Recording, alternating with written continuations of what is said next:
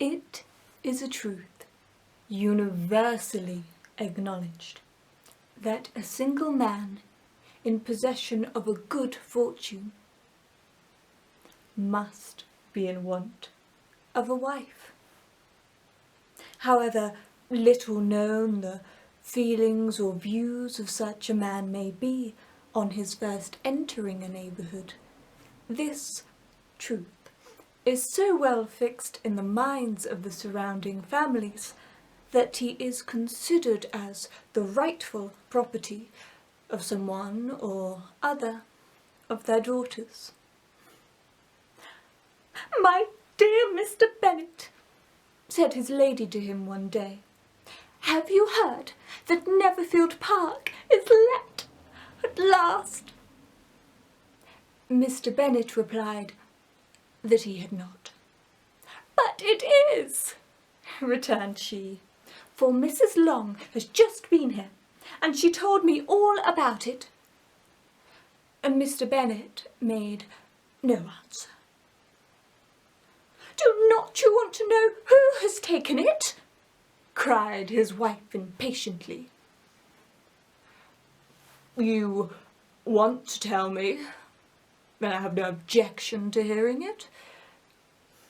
This was invitation enough. "Why, my dear, you must know. Mrs. Long says that Netherfield is to be taken by a young man of large fortune from the north of England, that he came down on Monday in a chaise and four to see the place, and was so much delighted with it that he agreed with Mr. Morris immediately that he is to take possession before Michaelmas, and some of his servants are to be in the house by the end of next week." "What is his name?" "Bingley." "Is he married or single?" "Oh, single, my dear, to be sure. A young man of large fortune, 4,000 or 5,000 a year. Ah, what a fine thing for our girls." "How so?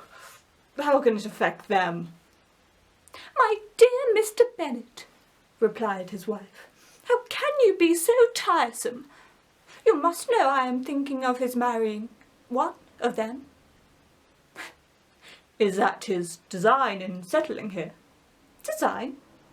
Nonsense! How can you talk so? But it is very likely that he may fall in love with one of them. Therefore, you must visit him as soon as he comes." "I see no occasion for that. You and the girls may go, or you may send them by themselves, which, perhaps, will be still better, for you are as handsome as any of them. Mr. Bingley might like you best of the party." "My dear, you flatter me. I certainly have had my share of beauty, but I do not pretend to be anything extraordinary now. When a woman has 5 grown-up daughters, she ought to give over thinking of her own beauty." "In such cases, a woman has not often much beauty to think of." "But, my dear, you must indeed go and see Mr. Bingley when he comes into the neighbourhood." "'Tis more than I engage for, I assure you." "But consider your daughters. Only think what an establishment it would be for one of them. Sir William and Lady Lucas are determined to go, merely on that account. For in general, you know, they visit no newcomers. Indeed, you must go, for it would be impossible for us to visit him if you do not."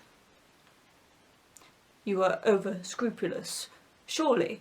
I dare say Mr. Bingley will be very glad to see you, and I will send a few lines by you to assure him of my hearty consent to his marrying whichever he chooses of the girls, though I must throw in a good word for my little Lizzie."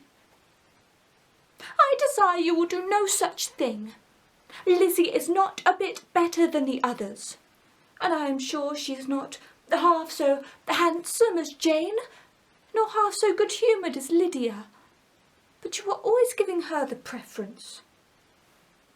"They have none of them much to recommend them," replied he. "They are all silly and ignorant, like other girls.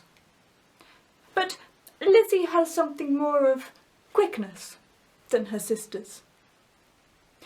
"Mr. Bennet, how can you abuse your own children in such a way? You take delight in vexing me. You have no compassion on my poor nerves." "You mistake me, my dear. I have a high respect for your nerves. They are my old friends. I have heard you mention them with consideration these 20 years, at least." "Ah! You do not know what I suffer." "But I hope you will get over it, and live to see many young men of 4,000 a year come into the neighbourhood."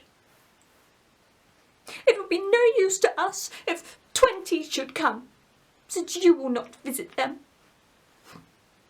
"Depend upon it, my dear, that when there are 20, I will visit them all."